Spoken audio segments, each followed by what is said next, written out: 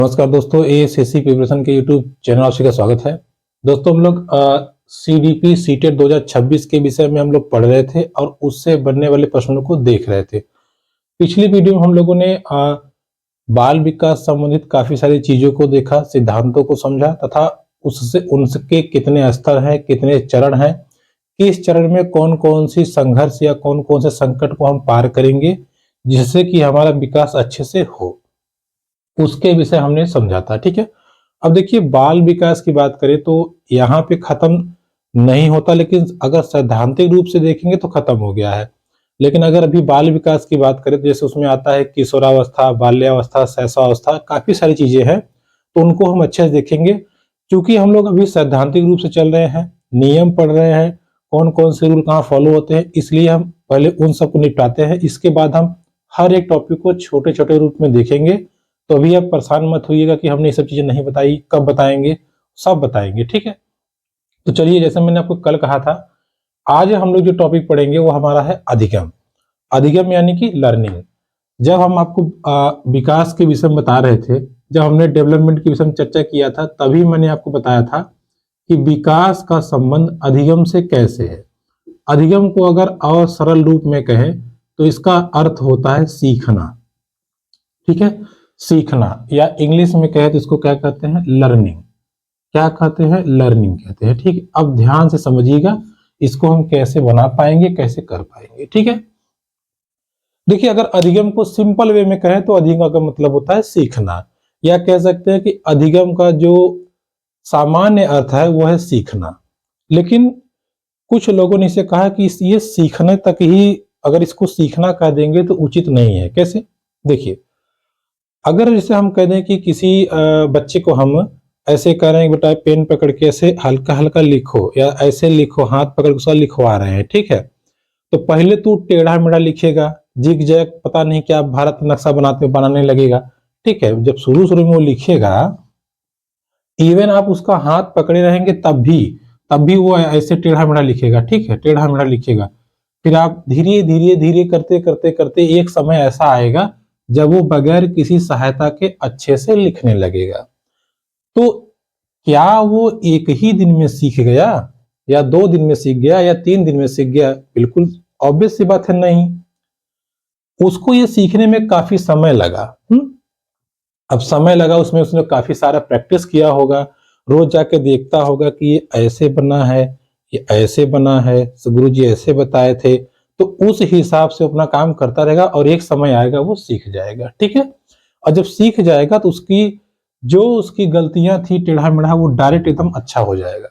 ठीक है, इसका मतलब ये हुआ कि पहले जो वो कर रहा था उसमें सुधार करते करते करते करते एक समय ऐसा आया कि एकदम अच्छे से हो गया, जैसा होना चाहिए। ठीक है, जैसा होना चाहिए। जैसे हम लोग कहते नहीं है कि ये लड़का पहले बड़ा गड़बड़ था, अब सुधर गया है। क्या कहते हैं, सुधर गया है, मतलब पहले से उसके में बदलाव आ गया। पहले ऐसे करता था, अब ये नहीं करता, यानी कि पहले से वेल बिहेव हो गया, उसका व्यवहार अच्छा हो गया। तो मनोवैज्ञानिकों का यही मानना है कि व्यवहार में परिवर्तन, आप कह सकते हैं सीधा मतलब इसका यही है कि व्यवहार में परिवर्तन ही क्या है, सीखना है। व्यवहार में परिवर्तन ही सीखना है। अब देखिए बहुत सारे मनोवैज्ञानिक हैं, 20-30 डिफिनेशन है, आप याद 20-30 करते करते दिमाग खराब हो जाएगा। तो 1-2 प्लस एग्जाम में आते हैं, उनके लिए आप कम से कम नहीं कुछ तो 100-200 परिभाषाएं हैं, कितना आप पढ़ेंगे? तो उन चीजों पे टारगेट कीजिए जिससे आपका क्वेश्चन बने और एग्जाम क्लियर हो। ठीक है, जैसे इसमें वुडवर्थ ने कहा था, क्या कहा उन्होंने, कहा कि देखो नवीन आदतों और नवीन ज्ञान का नवीन प्रक्रियाओं से सामंजस्य, या नवीन प्रक्रियाओं द्वारा सीखने के सामंजस्य को सीखना कहते हैं। और इसमें क्रो ने कहा कि सीखना ज्ञान और आवृत्तियों का अर्जन है। और सारे वैज्ञानिक क्या, जैसे इसमें स्किनर आए, उन्होंने कहा कि व्यवहारों का उत्तरोत्तर सामंजस्य ही सीखना है। व्यवहार मतलब जैसे कि जो बच्चा सीख रहा है वो कैसे बिहेव करता है चीजों को लेकर के, उसी का अगर हम सामंजस्य बना लें तो ये सीखना है। तो इतनी परिभाषाएं आप ध्यान करके क्या करेंगे? ठीक है, बस टर्म को समझिए कि अधिगम मतलब होता क्या है। अधिगम मतलब डायरेक्ट समझ लीजिए, व्यवहार में परिवर्तन। ठीक है, एग्जाम्पल मैंने आपको दे दिया कि जब बच्चा टेढ़ा मेढ़ा लिखता रहता है, एक समय आएगा जब वो अच्छे से लिखने लगेगा, इसका मतलब वो चीज को सीख गया। नहीं सीख पाता तो हम कहते हैं अरे यार क्या कर रहा है, नहीं सीख पा रहा है, ठीक है, तो वो हो गया आपका अधिगम या लर्निंग। ठीक है, अब आगे बढ़ते हैं और छोटी छोटी चीजों को समझते हैं जो एग्जाम में बहुत पूछता है। देखिए उतना ही हमें हमें टच करना है जो एग्जाम में पूछता है और बहुत पूछता है। ठीक है, अगला टॉपिक हमारा आता है कि अब ये अधिगम तो हमने समझ लिया क्या होता है, व्यवहार परिवर्तन, चलो ठीक है, मतलब अगर बिहेवियर चेंज हो गया तो हमारा अधिगम हो जाएगा। ठीक है, अब इसमें कुछ छोटी छोटी चीजें हैं उसको हम समझ लेते हैं फिर आगे बढ़ते हैं। देखिए जैसे अधिगम को प्रभावित करने वाले कारक, प्रभावित करने वाले कारक का मतलब ये है कि ऐसे कौन कौन से रीजन है जो अधिगम को इफेक्ट डालते हैं या इसको सुचारू रूप से चलने में रोकते हैं या कह सकते हैं बढ़ाते हैं। ठीक है, देखिए इसमें जो पहला आता है आपका वो आता है मानसिक, मानसिक शारीरिक, मानसिक और शारीरिक स्थिति। अब ये क्या है, देखिए ये सब आप जानते हैं, ये लिखने की कोई जरूरत नहीं है, बस को समझा रहे हैं हम आपको।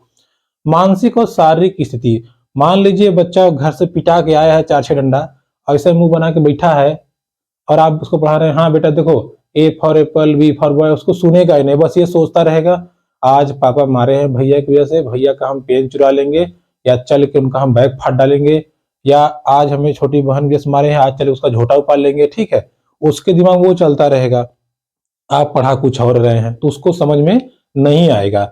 यानी कि लर्निंग को सीखने के लिए मानसिक रूप से बच्चा और शारीरिक रूप से बच्चा जब तक तैयार नहीं रहेगा आप नहीं सीख पाएंगे। ये तो मैंने आपको मानसिक एग्जाम्पल दे दिया। अब बात आती है शारीरिक मतलब क्या। शारीरिक मतलब ये है आप बोर्ड पे इधर पढ़ा रहे हैं उदय उधर रहा है, अच्छा वो कुत्ता तो लड़ रहा है और आप पढ़ा इधर रहे हैं, जब उसका ध्यान इधर है ही नहीं, शरीर उसका यहाँ नहीं है, तो कैसे आप सीख पाएंगे। मतलब ये कहते हैं शारीरिक अंग उसका यहाँ नहीं है तो नहीं सीख पाएगा, शारीरिक कोई अक्षमता है तो भी नहीं सीख पाएगा। इस चीज को आप ध्यान रखिएगा। तो ये कारक प्रभावित करता है किसमें, लर्निंग में। ठीक है, अब दूसरी बात आती है सीखने की इच्छा।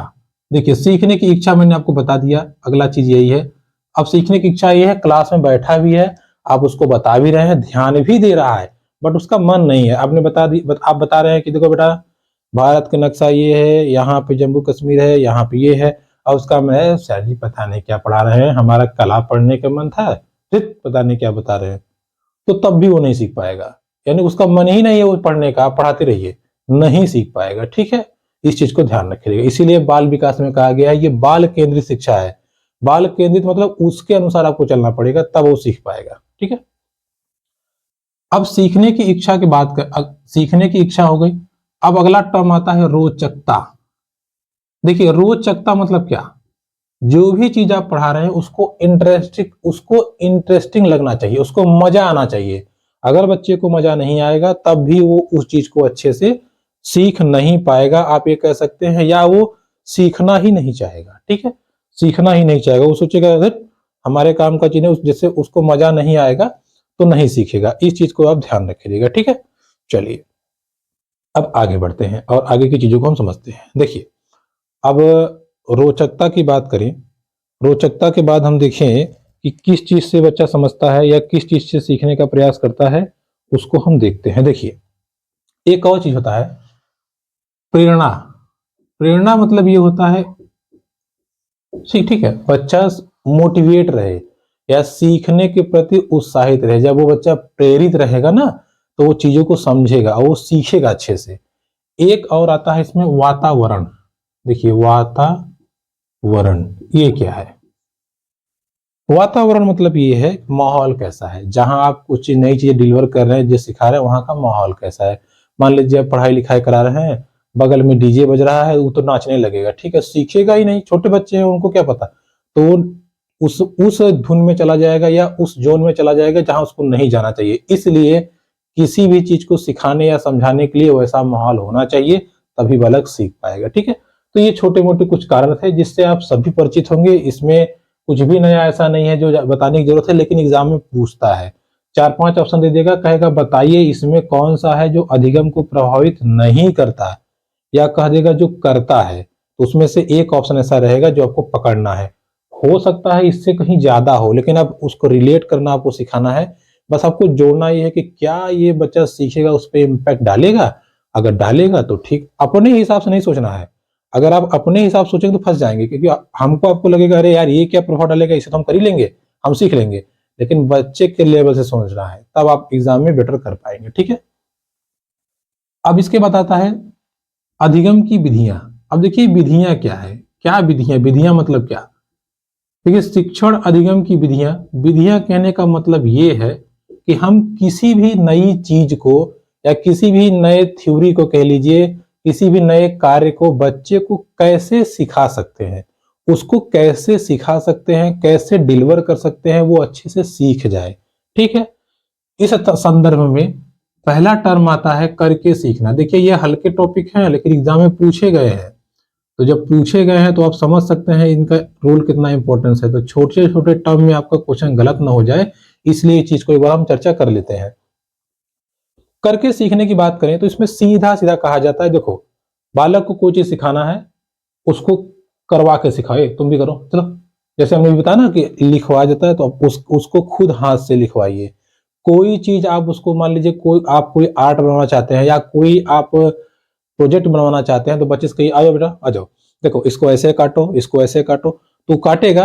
हो सकता है पहले टेढ़ा मेढ़ा काटेगा, आड़ा तिरछा काटेगा, लेकिन धीरे धीरे काटते काटते आपको देखते देखते वो सीखता रहेगा। अच्छा हाँ ठीक है ठीक है ठीक है ठीक है, देखते सुनता है।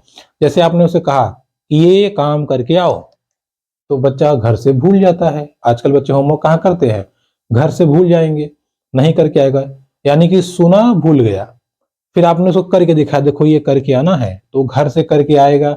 हो सकता हो आपने जब बताया एक दो स्टेप उसको समझ में ना आया हो, तब वो जब वहां पहुंचेगा फंस जाएगा, अरे यार ये तो गड़बड़ कर दिए हम। तब फिर आएगा, कहेगा सर याद तो सब था लेकिन थोड़ा सा भूल गया, बता दीजिए। लेकिन जब उसको आप क्लास में करवा देंगे तो वो नहीं भूलेगा, वो बना के लेके आएगा। तो इसीलिए एक चीनी मनोवैज्ञानिक थे, उन्होंने कहा था जो हम सुनते हैं वो भूल जाते हैं, जो देखते हैं वो याद रहता है, और जो करते हैं वो सीख जाते हैं। ठीक है, तो इस थ्योरी का मतलब यही था, उन्होंने कहा करके सीखो। ठीक है, करके सीखने पे उन्होंने बल दिया। किसने, एक चीनी मनोवैज्ञानिक थे, उन्होंने कहा कोई चीज सीखने के लिए बच्चे को करके सीखने पर बल देना चाहिए, जिससे वो सीख जाए। ठीक है, अगला ये है अनुकरण द्वारा।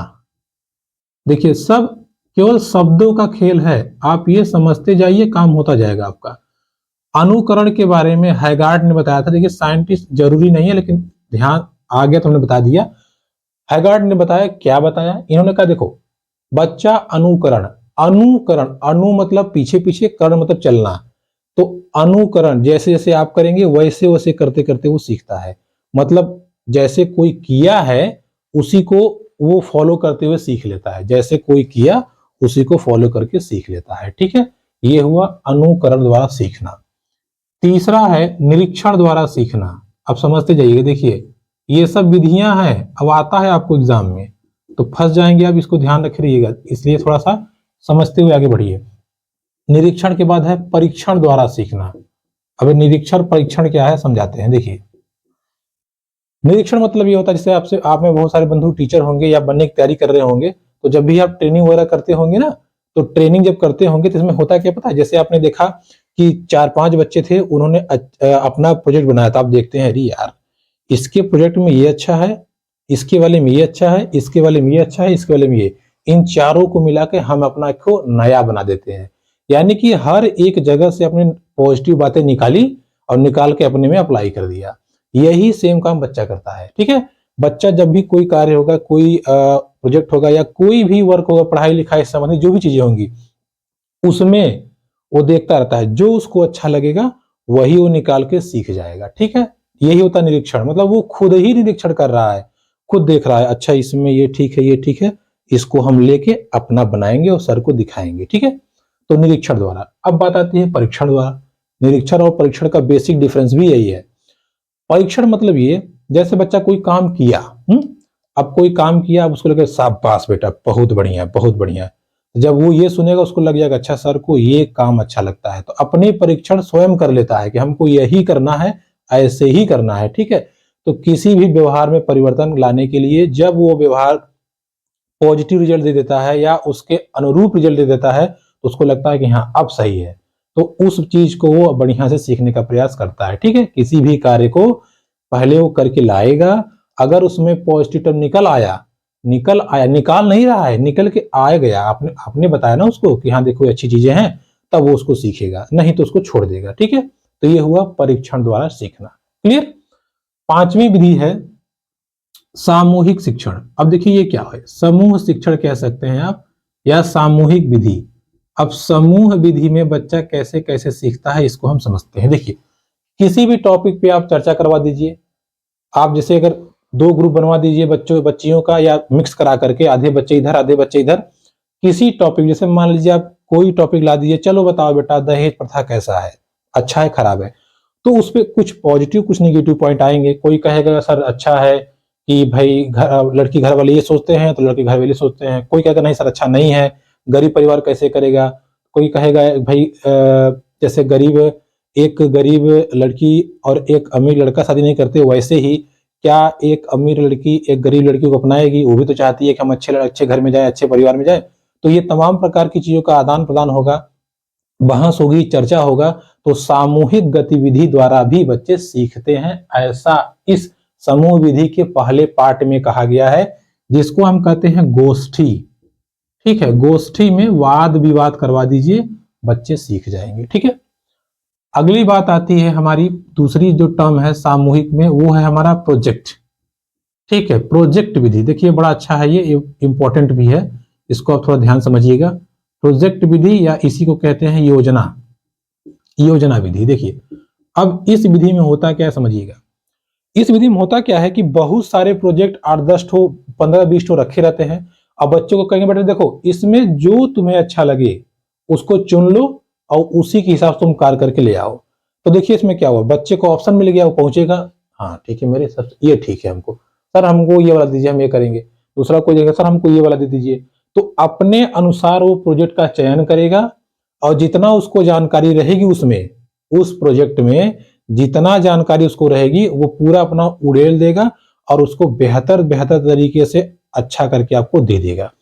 तो यही है प्रोजेक्ट विधि या योजना विधि, जिसमें यह बताया गया है कि बच्चे इसमें कार्य करने के लिए स्वतंत्र होते हैं और वो खुद अपने कार्य को करेंगे, बेहतर बना के लाएंगे, लेकिन उससे पहले वो क्या कार्य करना है इसका चुनाव वो खुद करते हैं। मतलब वो उन पे डिपेंड करता है, जो उनको अच्छा लगे वो करें।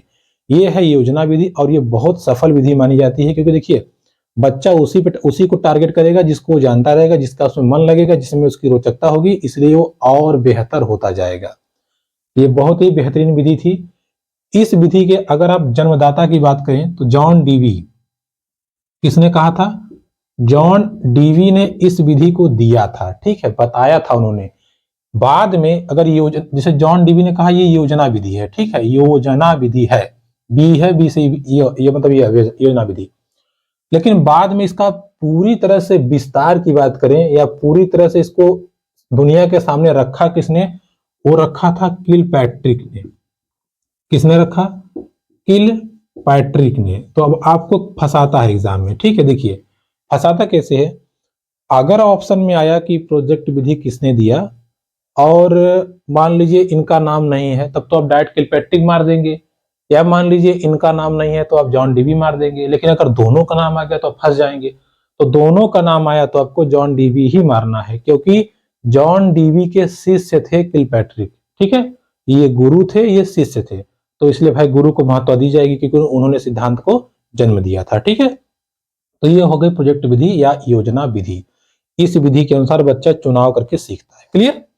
तो अब देखिए हमने चर्चा कर लिया अधिगम क्या होता है, अधिगम को प्रभावित करने वाले कारक कौन कौन से होते हैं, और अधिगम को करने के लिए विधियां कौन कौन सी होती है। विधियां मतलब ये होता है कि कैसे कैसे हम सिखा सकते हैं। ठीक है, ये हो गया मोटा मोटा टर्म अधिगम का। अधिगम से संबंधित कोई टॉपिक नहीं छूटेगा, हर एक टॉपिक को हम कवर करते हुए चलेंगे। अब हम आगे चलते हैं और अब से अधिगम का मेन टॉपिक स्टार्ट होता है, अधिगम के नियम। ठीक है, देखिएगा, चलिए यही समझाते हैं। देखिए अधिगम के नियम, ये देखिए बहुत जरूरी है, यहां से क्वेश्चन भर भर के पूछता है। अधिगम के नियम, ठीक है, देखिए अधिगम के नियम। अभी अधिगम के नियम क्या है, अधिगम के नियम मतलब ये देखो, इन चीजों को बगैर फॉलो किए आप कोई भी चीज नहीं सीख सकते। अरे नियम मतलब क्या होता है? जैसे आप ही देखिए, कोई भी रूल रेगुलेशन का मतलब क्या? रूल रेगुलेशन का मतलब ये भी है, इसको फॉलो करोगे तभी ये चीज मिलेगा या तभी ये चीज सीख पाओगे, ठीक है? ऐसा कहा जाता है। क्लियर हुई बात? देखिए, इसमें क्या हुआ, एक अमेरिकी साइंटिस्ट थे, ईएल थॉर्नडाइक। इनके नियम को ही सर्वाधिक आप कह सकते हैं कि महत्वता दी गई है, तो इन्हीं के विषय में हम समझेंगे। ईएल थॉर्नडाइक ने कहा कि देखो भाई, हम बच्चे को एक किसी नई चीज को सिखाना चाहते हैं या करवाना चाहते हैं, उसके लिए कुछ रूल्स को फॉलो करना ही पड़ेगा, या कुछ रूल्स को फॉलो किए बगैर हम बच्चे को सिखा नहीं पाएंगे।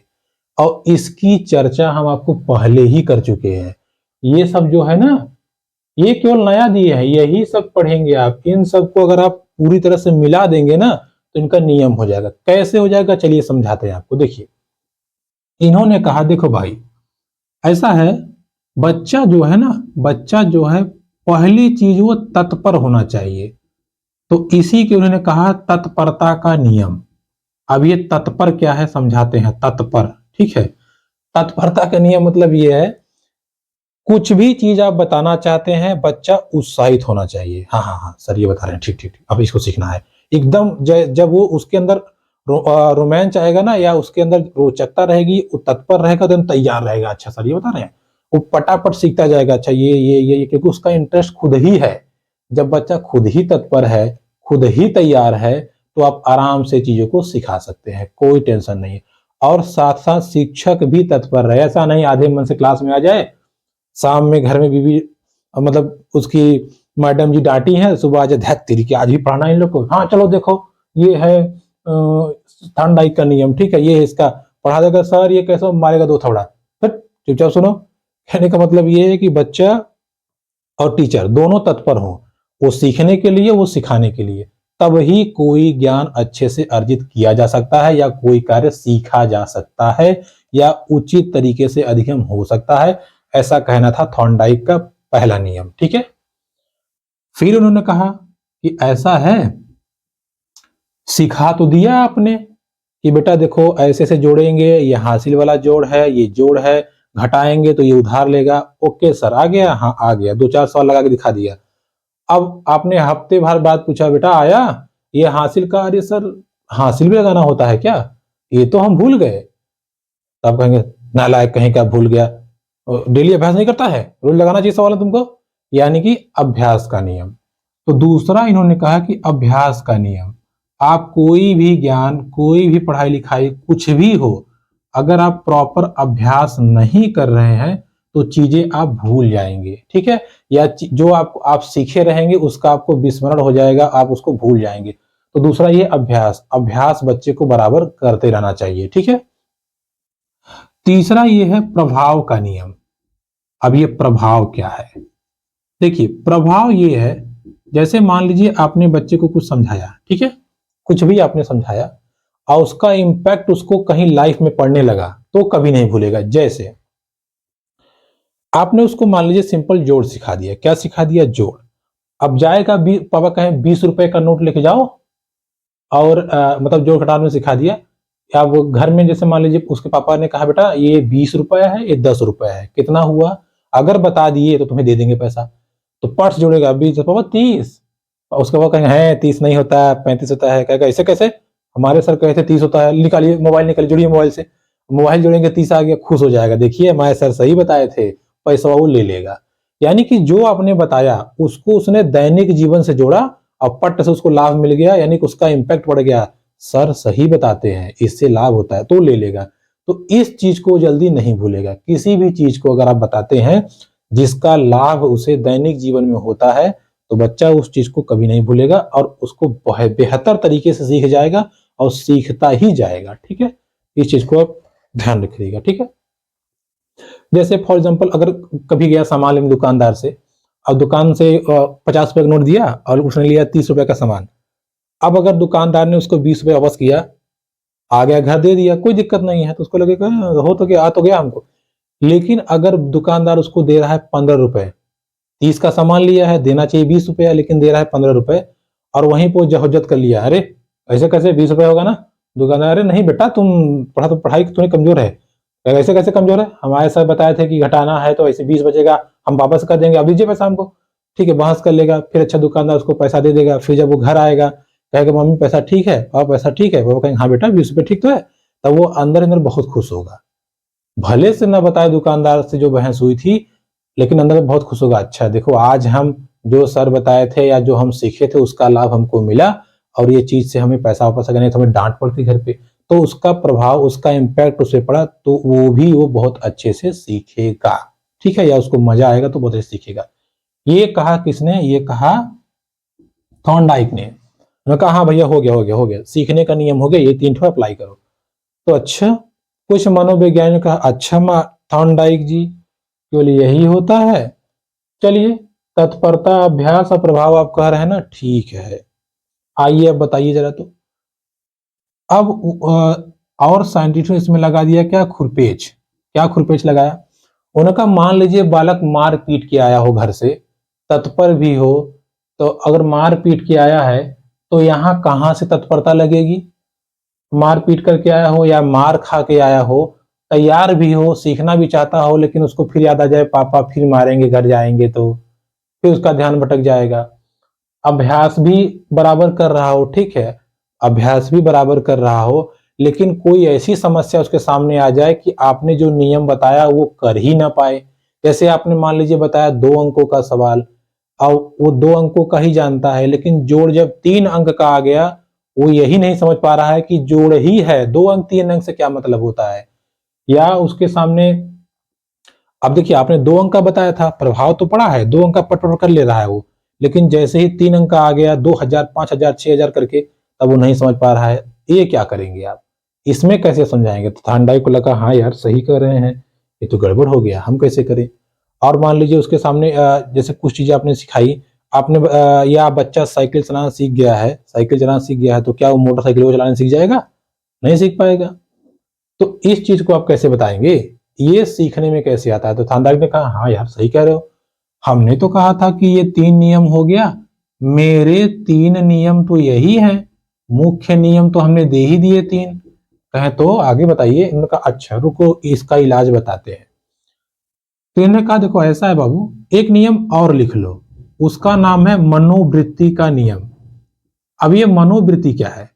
मनोवृत्ति का नियम यही है कि बच्चे की मानसिक स्थिति कैसी है, शारीरिक स्थिति कैसी है, इस बात पे भी डिपेंड करेगा कि अधिगम कितना अच्छे से होगा। क्लियर हो गया? ये इनका पहला नियम इधर आया। फिर इन्होंने कहा कि ऐसा है, एक नियम और लिख लो, लिख लो, लिख लो, लिख लो बाबू। ये है बहु अनुक्रिया का नियम। बहु अनुक्रिया का नियम। बहु अनुक्रिया का नियम, ठीक है। बहु अनुक्रिया का नियम यह है, जब बच्चे के सामने कोई समस्या आती है तो वो अनेक प्रकार से सॉल्व करने का प्रयास करता है। जैसे अब मान लीजिए उसको ये आ गया सामने कि बेटा ये पेड़ काटना है, अच्छा एग्जाम्पल ये बता रहे हैं, तो वो सोचेगा कैसे काटें इसको, मम्मी चाकू से काटती हैं, चाकू से, छोटा बच्चा तो चाकू लेकर रेतेगा, नहीं काट पाएगा। फिर सोचेगा अरे पापा तो उससे टंगारी से काट रहे, कुल्हाड़ी से काट रहे थे, कुल्हाड़ी लाके ठोकेगा। फिर उसको याद आएगा अरे एक बार हम देख रहे थे कि गांव में आए थे बढ़ई लोग, वो आरा से काट रहे थे, तो उसको उससे काटने का प्रयास करेगा। यानी कि एक समस्या को बच्चा जब नहीं कर पाएगा तो कई सारे तरीके अपनाएगा, और जिस तरीके से उसको लाभ होगा वही तरीका वो चुनेगा, और बाकी सब तरीके को छोड़ देगा। यही है आपका बहु अनुक्रिया। बहुत सारी क्रियाएं करेगा, उसमें से जो उसके लिए सूटेबल होगा या जिस क्रिया से उसका काम हो जाएगा उसको वो पकड़ लेगा, बाकी क्रिया को छोड़ देगा। ये बताया था श्री श्री श्री ईएल थॉर्नडाइक ने, ठीक है। अच्छा, फिर इनके पास समस्या एक और आ गई। अब क्या आ गई भैया? अब समस्या आ गई, इन्होंने कहा बाबू एक नियम और लिख लो, लिख लो, लिख लो, लिख लो, प्लीज प्लीज, ठीक है। तो ये इन्होंने कहा ये है आंशिक क्रिया का नियम। कहें इसमें क्या होता है? कहें मान लो बच्चे के पास बहुत बड़ी समस्या आ गई, बड़े बड़े सवाल आ गए, या आप कह सकते हैं कि आपने एक दे दिया बड़ा सा चैप्टर, पढ़ के आना है, हम तुमको कल स्कूल में आए नहीं देंगे, ठीक है, 10 पेज दे दिया आपने, या अब छोटा बच्चा है आपने उसको कहा 10 तक पढ़ा याद करके आओ, नहीं तो तुम्हें हम मारेंगे। अगले दिन आया वो, सर क्या सर 3 तक ही याद किए हैं, कल कल 4 का भी सुना देंगे, पक्का पक्का सुना देंगे। आपने कहा नहीं, कल 4 5 का दोनों लोग याद करके, अच्छा ठीक है सर ठीक है। दूसरे दिन वो 5 तक याद करके आया। फिर कहा सर कल कल 6 7 का सुना देंगे। नहीं, कल तुम 10 तक सुनाओगे, 10 तक सुनाओगे। ठीक है सर, सर 7 तक नहीं 10 तक। तो अगले दिन वो 7 तक याद करके आएगा। ऐसे करते करते वो 10 तक याद कर लेगा 3 4 दिन में। आपका काम भी हो गया, बच्चे के दिमाग पे लोड भी नहीं पड़ा। यानी किसी बड़े कार्य को छोटे छोटे टुकड़े में करके अगर आप देंगे तो बच्चा उस काम को बेहतर तरीके से सीख पाएगा, बहुत अच्छे तरीके से सीख पाएगा। यही है आंशिक क्रिया का नियम। लो, अब ये हो गया, सब हो गया। चलो अच्छा, मानसिक स्थिति भी सही हो तब मतलब सही हो, आदमी सीख जाएगा। और आदमी अपने बच्चा अपने हिसाब से करता है, जो उसको ठीक लगता है, जो कार्य सिद्ध कर देता है उसको पकड़ लेता है। तीसरा ये, कोई कार्य बहुत कठिन है तो टुकड़ों में छोटे छोटे भागों में करके सीख सकता है। यहां तक तो क्लियर हो गया। अब ये देखा गया कि यार एक बच्चा है जो, अब उसको जैसे मान लीजिए आपने क्या किया, आपने गिनती सिखाई कि 1 के बाद 2 आता है, 2 के बाद 3 आता है, 3 के बाद 4 आता है, 4 के बाद 5 आता है, 5 के बाद 6 आता है। और फिर आपने दे दिया बोर्ड पे ऐसे ऐसा ऐसा सवाल, देखिए ऐसा कि 2 है, 4 है, 6 है, तो बताओ आगे क्या होगा। यहाँ 10 है। तो वो सोचता है यार गिनतियां जब चल रही थी तो 1 के बाद 2 था, 2 के बाद 3 था, 3 के बाद 4 था, 4 के बाद 5 था, 5 के बाद 6 था। यहाँ एक को छोड़ के आ रहा है। तो कहेगा सर 1 के बाद 2 आता है, 2 नहीं है, 3 नहीं है, 4 6, 6 के बाद 7 आएगा, 7 तो नहीं होना चाहिए, 8 होगा सर, 8 होगा सर, 8 होगा। कैसे बेटा? सर गिनतियां में से नहीं होता, गिनती में से लगातार आता रहता है, यहाँ एक एक छोड़ के करके दिया है तो हम बता दिए। तो आप यानी कि इसका मतलब बेटा बच्चे ने क्या लगाया, बच्चे ने देखा कि एक क्रम से ही है, जैसे गिनती हमारी क्रम से होती है ऐसे ये भी क्रम से है, तो बस एक एक गैप किया है, हम भी एक एक गैप कर देंगे। तो इस चीज को थॉर्नडाइक ने कहा अनुरूपता का नियम। अनुरूपता, अब देखिए अनुरूपता ये मतलब ये कि जैसा उसने सीखा था वैसा ही सवाल आपने रखा, बस हल्का सा चेंज किया था आपने, वो पकड़ लिया उसने। ठीक है, ये है अनुरूपता का नियम। ये थॉर्नडाइक ने बताया कि हर एक बच्चा अनुरूपता के नियम के तहत सीख सकता है। एक इन्होंने कहा एक और, अच्छा लिख ही डालो, जब ना लिख डाले हो तो लिख डालो। इन्होंने इसको कहा सहचर्य का नियम। देखिए सहचर्य नियम, सहचर्य नियम, या इसको कहीं कहीं इसको कहा गया है कि संबंधित नियम। ठीक है, संबंधित नियम भी बोल सकते हैं या सहचर्य नियम, ध्यान रखिएगा, हम दोनों बता रहे हैं। अब इसका मतलब क्या था? इसका मतलब ये था कि जैसे अब क्या हुआ कि सहचर्य नियम और संबंधित नियम का मतलब ये हुआ कि जैसे मान लीजिए फॉर एग्जांपल आपने बच्चे को क ख सिखाया, ठीक है, और आपने उसको मात्रा लगाना सिखाया, ठीक है, मात्रा लगाना सिखाया। अब क्या करेगा वो, जाके वो पढ़ेगा, अच्छा ये ऐसे है, ये ऐसे है, ये ऐसे है, ये ऐसे है, पढ़ता रहेगा पढ़ता रहेगा। ठीक है, आपने बताया कि देखो बेटा ऊ की मात्रा मतलब ये हुआ कु। अब जान मान लीजिए घर गया बच्चा, उसने देखा ये क्या है, सर तो ये वाला बताए थे। देखिए छोटे बच्चे की बात हो रही है, अपना दिमाग आप लगाएंगे तो बाल विकास में फंसेंगे, उसके हिसाब सोचिए। वो कहेगा सर तो कहे थे इधर टंगिया टूटता है तो कु होता है, ये तो इधर टूटा है, अब क्या करें हम। तब वो अब आस पड़ोस से पूछेगा या खुद करके आएगा, कहेगा सर ये कु था, ये ऊ था छोटा वाला, ये बड़ा वाला है, तो ये भी तो कु ही होगा ना। तो आप कहेंगे हाँ हाँ बेटा बिल्कुल बिल्कुल कु होगा, सही सही है। कैसे सीखा तुमने? सर वो भी ऊ था, ये भी ऊ था, तो ये कु हो जाएगा। देखिए बेसिक डिफरेंस मत जाइए कि क्या बड़ा कु या कु, लेकिन वो इस चीज को समझ जाएगा, अच्छा ये मात्रा यहाँ लगी थी तो यहाँ हम लगा करके देखते हैं। अब देखिए यहाँ अनुरूपता और सहचर में थोड़ा सा ही डिफरेंस है, बेसिक डिफरेंस है। अनुरूपता मतलब ये कि उस कार्य को ऐसा देख के वो सीख गया, सेम दूसरा कार्य उसी प्रकार से अप्लाई करके सीख गया।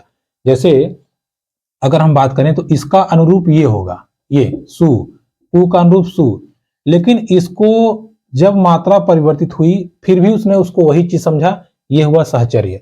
ठीक है, सहचर्य मतलब थोड़ा सा परिवर्तन करके नई चीजों को सीख जाए, इसको कहते हैं सहचर्य का नियम। ठीक है, जैसे ही ये 5 नियम दिया थॉर्नडाइक ने, अब कहा अब बताओ भाई है कोई, who is in the house, कौन है जो अब बता रहा है कि सीखने का नियम कंप्लीट नहीं हुआ। तो सब लोगों ने अपना लगा लिया, हाँ ये हाँ बाबू अब कंप्लीट हो गया, गुरुदेव अब कंप्लीट हो गया। तो इन्होंने कहा कि चलो ये मेरा हो गया पूरा 8 नियम। कहे फालतू काम मत करो, एक तो 3 नियम याद करा दिए हो मेन वाला, अब ये क्या 8 नियम बता रहे हो, इसका कुछ और नाम दो। उन्होंने कहा अच्छा ठीक है, गुस्सा काहे होते हो, कोई बात नहीं। ये हो गया हमारा मुख्य नियम और ये हो गए हमारे गौड़ नियम। कौन से नियम? गौड़ नियम। तो थॉर्नडाइक के सीखने के नियम को हम 2 पार्ट में देखते हैं। पहला है मुख्य नियम जो 3 है और फिर है उसके गौड़ नियम जो 5 है। कुल मिला के 8 नियम उन्होंने सीखने को दिए थे। और आपसे एग्जाम में डायरेक्ट पूछता है, बहुत तगड़ा पूछता है, ध्यान रखिएगा। लोग इसमें तो नहीं फंसते, ये तो आसान है, देखने में लग रहा है, लेकिन इसमें फंस जाते हैं। ठीक है, ये पूछेगा तो उसमें घबरा जाएगा कि बहुअनुक्रिया क्या था। तो हमने आपको क्रम वाइज एक एक करके समझा दिया, इस चीज को आप ध्यान रखिएगा। ठीक है, जहां तक बात करें तत्परता, अभ्यास और प्रभाव का नियम, ये भी जब देगा ना तो आपको फंसाएगा। 3-4% जैसे 3 ऑप्शन दे दिया ना, एक ऑप्शन इसमें आपको ऐसा दे देगा जहां फंस जाएंगे। जैसे इसमें लिख देगा करके सीखना, तो आप कहेंगे करके सीखने में भी तो अभ्यास है, ये भी नियम था। नहीं था भाई, करके सीखना गया, उसको छोड़िए, इस पे देखिए कि ये कहना क्या चाहता है। यही टॉपिक सेम टू सेम यही नाम रहना चाहिए, तब तो नियम है, नहीं तो नहीं है। सेम ऐसे यहां भी। ठीक है, तो थॉर्नडाइक के अनुसार कितने नियम थे? 3 और 5, 8 नहीं, 3 और 5। ठीक है, क्लियर हो गई चीजें। चलिए अब देखिए, हमने अधिगम में प्रभावित कारक देख लिया।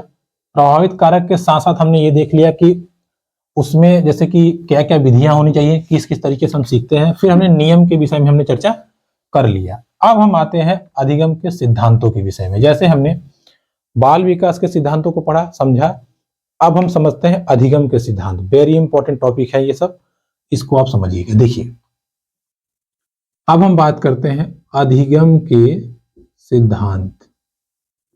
अधिगम के सिद्धांत, देखिए अधिगम के सिद्धांत के विषय में बात करें तो इसमें पहला सिद्धांत आता है प्रयत्न एवं त्रुटि का सिद्धांत। ठीक है, प्रयत्न एवं त्रुटि का सिद्धांत। प्रयत्न को अगर हम और सिंपल कहते हैं तो कहते हैं प्रयास। ठीक है, प्रयास एवं, और त्रुटि को हम कहते हैं भूल। इंग्लिश की बात करें तो इसको हम कहते हैं ट्राई, एंड भूल को कहते हैं इरर। क्या कहते हैं? ट्राई एवं इरर। ठीक है, ये 3 नाम इसके हैं, इसको आपको ध्यान रखना है। ठीक है, क्या नाम है? 3 नाम है इसको आपको ध्यान रखना है, ट्राई एवं इरर थ्योरी। ठीक है, ये दिया किसने? ये दिया वही E.L. थॉर्नडाइक ने। E.L. थॉर्नडाइक। ठीक है, थॉर्नडाइक लिख रहे हैं, E.L. थॉर्नडाइक। ये वैसे मूल रूप से अमेरिका के थे, हालांकि ये पूछता नहीं, ये सब टेट में पूछता है, लेकिन आ गया नाम तो बता दिए। देखिए E.L. थॉर्नडाइक ने दिया प्रयास एवं त्रुटि का सिद्धांत, मतलब प्रयास और भूल का सिद्धांत, प्रयत्न एवं त्रुटि का सिद्धांत। इसी को ट्राई एंड एरर थ्योरी कहते हैं। अब ये थ्योरी थी क्या, समझिएगा। इन्होंने कहा देखो, किसी चीज को सीखने के लिए किसी चीज को सीखने के लिए इन्होंने अपना एक रूल बनाया, इन्होंने अपना एक थ्योरी दिया। उस थ्योरी में इन्होंने क्या किया? उस थ्योरी में इन्होंने चूहे पर, मुर्गी पर, बिल्ली पर, देखिए हम लोग अक्सर पढ़ते हैं कि इनका प्रयोग बिल्ली पर था, लेकिन आप ध्यान रखिएगा बिल्ली पर नहीं था। एनसीईआरटी की बुक अगर आप देखेंगे ना तो 3 नाम दिया है, बिल्ली, चूहा और मुर्गी। तो कभी कभी ऑप्शन में आपको मुर्गी देगा तो फंसिएगा नहीं। हालांकि ज्यादा प्रयोग उन्होंने बिल्ली पर किया था, इसलिए बिल्ली का माना गया। चूहे पर, बिल्ली पर और मुर्गी पर इन्होंने प्रयोग किया था, जिसमें सर्वाधिक प्रयोग बिल्ली पे किया था। अब इन्होंने किया क्या? सिंपल इन्होंने क्या किया, देखिए इन्होंने बनाया एक पिंजरा। क्या बनाया? इन्होंने बनाया एक पिंजरा। ठीक है, एक बनाया इन्होंने पिंजरा, ध्यान समझिएगा। अब एक पिंजरा बना करके यहां इन्होंने क्या किया? यहां टेबल पर, या कह दीजिए यहां टेबल इन्होंने रख दिया भोजन, और यहां अंदर क्या है? अंदर यहां पे बिल्ली अपना ऐसे बैठी है। ठीक है, बिल्ली अपना बैठी है, और इस पिंजरे में यहां पर ये था दरवाजा, मतलब दरवाजे का वो था बटन, अगर ऐसे दब जाता तो खुल जाता। ठीक है, ऐसे दब जाता तो खुल जाता। जैसे यहां भोजन रखा गया, अब बिल्ली देखी पगला गई, उसको भूख तो लगा था, अब पगला गई है, क्या करें। अब वो उछल कूद मचाना, कभी उछल के यहाँ लड़ रही है, कभी यहाँ लड़ रही है, कभी यहाँ लड़ रही है, कभी यहाँ। अरे पिंजरा बहुत बड़ा थोड़ी होता है उनका, इतना बड़ा तो होता ही है। अब वो छटपटा रही है, इधर उधर कर रही है, कोई तो है नहीं, बस कैसे मिल जाए हम। वो देख रही है कि यहाँ से, यहाँ जो भोजन है, जो मछली रखी है, मछली उसको गिरा रही है, तू क्या मेरा कर लेगी, तो बंद है तक। अब वो देख के गुस्सा रही है, हम करें क्या। उछल कूद मचा रही है, ठीक है, उछल कूद मचाते मचाते मचाते मचाते अचानक उसका पैर इस पे पड़ता है, धप से। जैसे इस पर धप से पड़ा, पिंजरा यहां से खुल गया, और खुल गया, ये भग से आई, इसको खा गई। ठीक है, खा गई। थॉर्नडाइक ने कहा ओके, थॉर्नडाइक ने इसको बंद कर दिया। अब थॉर्नडाइक ने फिर दूसरे दिन भोजन रखा, तो बिल्लिया ये सोची कि यार जब हम इधरियां कूद रहे थे, इधरियां, तब तो कुछ नहीं खुला, जैसे हम इधरियां कूदे तो पिंजरवा खुल गया। अब वो इधर नहीं कूदेगी, अब इधर ही कूदती रहती, यहाँ उधर उधर कूदेगी, इधर लड़ेगी, इधर लड़ेगी, इधर लड़ेगी। तो जब वो पहली बार मान लीजिए कूदी, तो पहली बार 10 बार कूदी तब खुला, क्योंकि अब वो इधर जान चुकी है कि इधर कुछ नहीं है। दूसरी बार वो 5 बार में ही कूदी, खोल दी, 5 बार में ही कूदी, खोल दी, और खा गई। फिर उन्होंने अगले दिन बंद किया। अब उसके बाद वो समझ गई, अच्छा इधर भी कुछ नहीं है, इधर भी यही यही कहीं कुछ है। वो कूदी, 2 बार में खोल दी, तो समझ गए अच्छा पूरा गेम यही है। फिर अगली बार वो यही खोल दी, एक कई बार धड़ाम से खोल दे, तेरे के चल खोल के वो पहुंच के खा ली। इसका निष्कर्ष थॉर्नडाइक निकाला कि जितना हम प्रयास करते हैं, एक छोटा बच्चा जितना प्रयास करता है, उतनी वो चीजों को अच्छे तरीके से सीखता जाता है, बेहतर करते जाता है। तो क्या ये हम नहीं पढ़े थे, करके सीखना अभ्यास ही तो है, अभ्यास का नियम अभ्यास ही तो है। उसी को इन्होंने एक थ्योरी दे दिया, जिसका नाम हो गया प्रयत्न एवं त्रुटि। पहले बिल्ली कूद रही थी, उससे गलती हो रही थी, क्या हो रही थी, गलती हो रही थी, लेकिन वो लगातार प्रयास कर रही थी, कर रही थी, कर रही थी, कर रही थी, करते करते करते करते करते खुल गया। अब कम समय में खुल गया, अब और कम समय में खुल गया, अब एक बार में खुल गया। यानी कि प्रयास करते करते उसकी त्रुटि कम होती गई, प्रयास करती रही, प्रयास बहुत ज्यादा कर ली, त्रुटि बहुत ज्यादा कम हो गया। एक समय ऐसा आया, दोनों बराबर हो गए, एक के बार में खुल गया।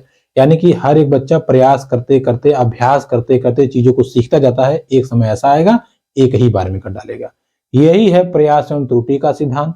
इंग्लिश में कहें तो ट्राई एरर थ्योरी, और शुद्ध हिंदी में एकदम कहें तो प्रयत्न एवं त्रुटि का सिद्धांत। क्या, प्रयत्न एवं त्रुटि का सिद्धांत। अच्छा, अब बात आती है, क्या बात आती है, देखिए थॉर्नडाइक ने कहा कि देखो बाबू, ये बिल्लियां कूदना शुरू क्यों की, क्यों शुरू की, पागल थी क्या वो, अगर वहां प्लेट रख देते खाली तो उसे देखती हैं, हट पागला कहीं का, प्लेट रखा है, हम थोड़ी ना कूदेंगे, उधर मुंह कर लेती। लेकिन जब देखिए ओ मछली कूद रही है, अब तो कूदना पड़ेगा, ठीक है।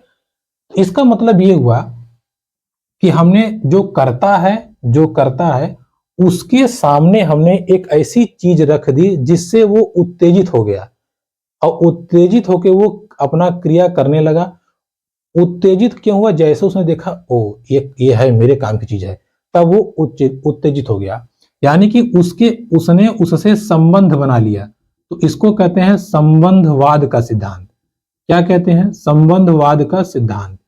क्यों, क्योंकि जैसे ही उन दोनों के बीच रिलेशन बना, कुछ ना कुछ रिलेशन था, वहां आप ईंटा पत्थर रख दीजिए, कूदेगी, उसको क्या पता था, लेकिन जब खाने की चीज कूदेगी, ओ ये बात है, हम तो कूदेंगे, पक्का कूदेंगे, ठीक है।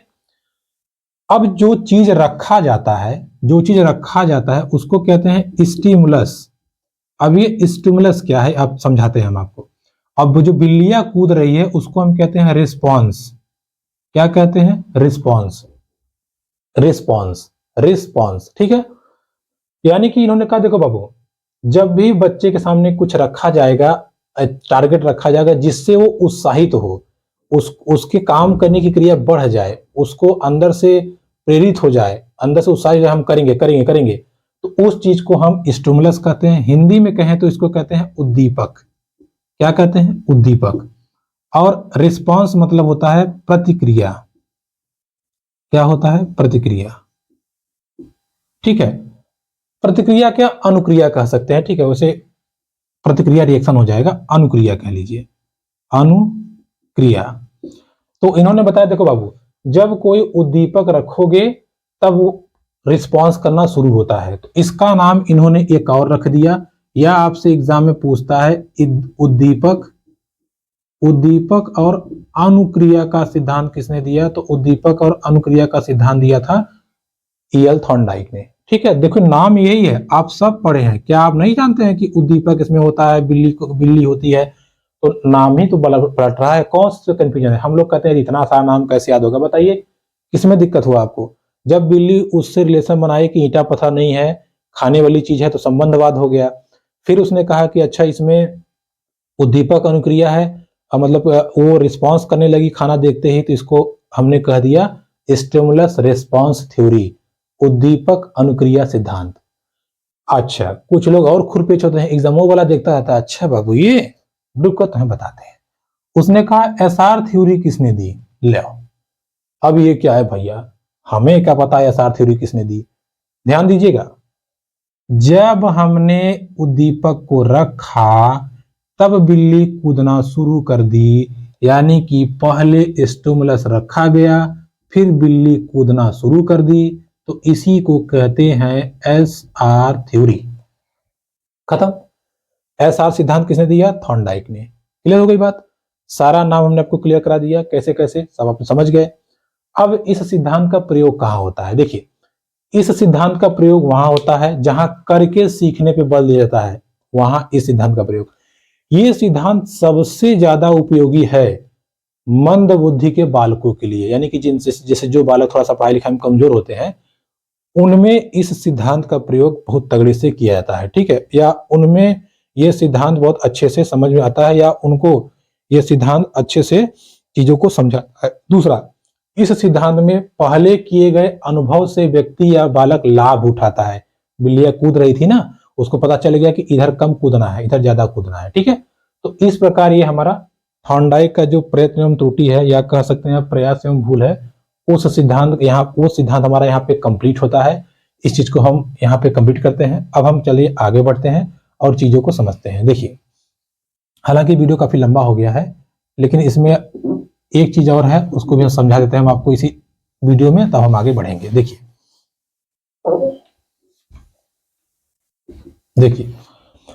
अधिगम का जो दूसरा नियम है, ठीक है, अधिगम का जो दूसरा नियम आता है वो आता है आई पावलाव का। पावलाव का शास्त्रीय अनुबंधन सिद्धांत। अब ये क्या है, नाम ही बड़ा भयानक है, लेकिन चलिए हम आपको समझाएंगे कि इसका नाम ये क्यों हुआ।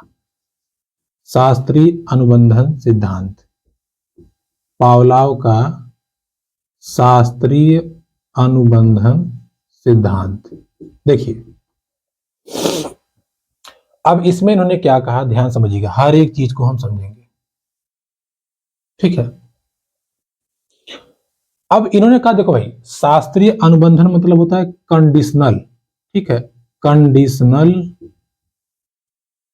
कंडीशनल रिलेशन कह लीजिए या रेस्पॉन्स कह लीजिए। ठीक है, चलिए रेस्पॉन्स ही मान लेते हैं, कंडीशनल रेस्पॉन्स। अब ये क्या है, कंडीशनल रिस्पॉन्स क्या है, मतलब जैसे वहां तो उद्दीपक देख के वो करना शुरू की थी ना बिल्लियां, लेकिन यहाँ पे कंडीशनल रिस्पॉन्स था। क्या था, ध्यान समझिएगा। इस पे इन्होंने इसमें क्या किया, एक कुत्ता ले लिया। ठीक है, क्या ले लिया, एक कुत्ता इन्होंने ले लिया।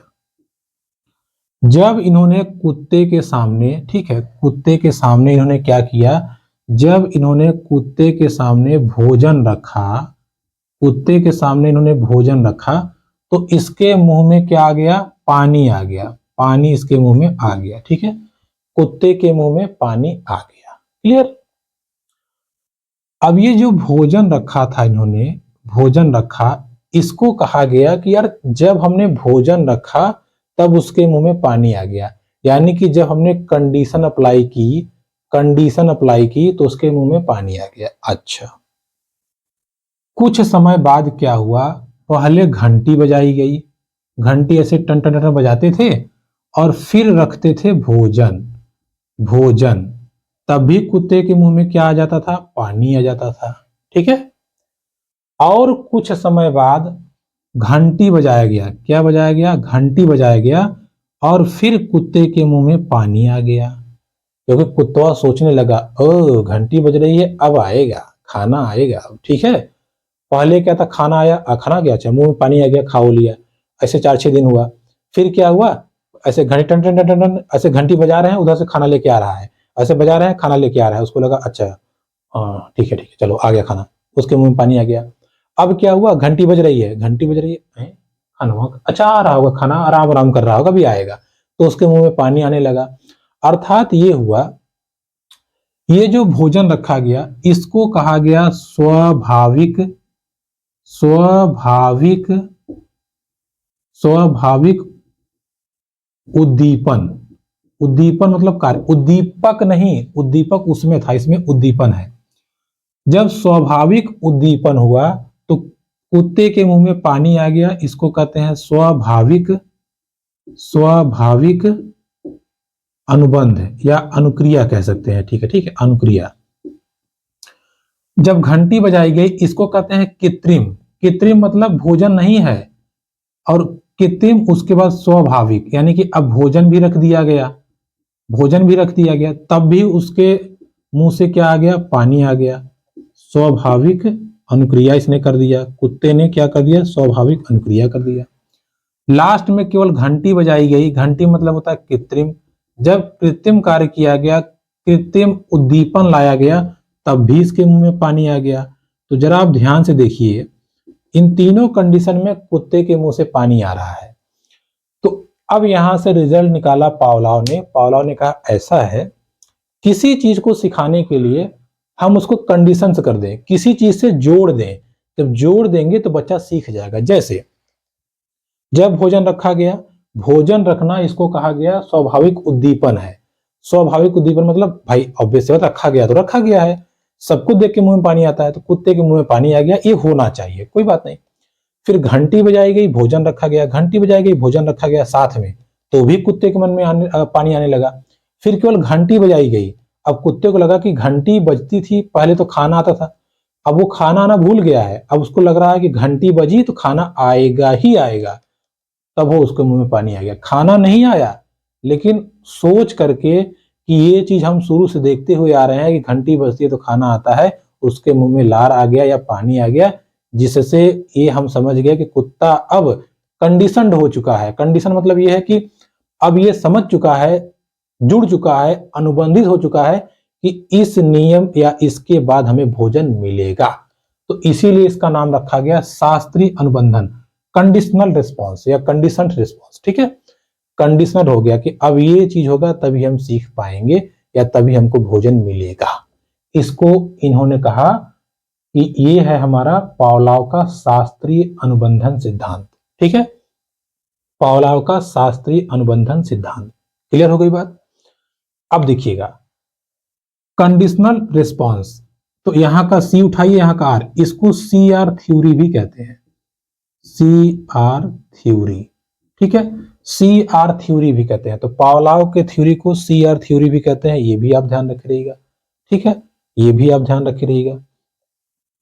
अनुबंधन का सिद्धांत कहेगा तो भी याद रखिएगा, ठीक है। शास्त्रीय अनुबंधन का सिद्धांत इन्हीं का है, पावलोव का सिद्धांत इन्हीं का है, कुत्ते पे उन्होंने प्रयोग किया था, सीआर थ्योरी भी इन्हीं की है, ये चीज आप ध्यान रखे रहिएगा। तो ये हमारा होता है अधिगम का दूसरा सिद्धांत।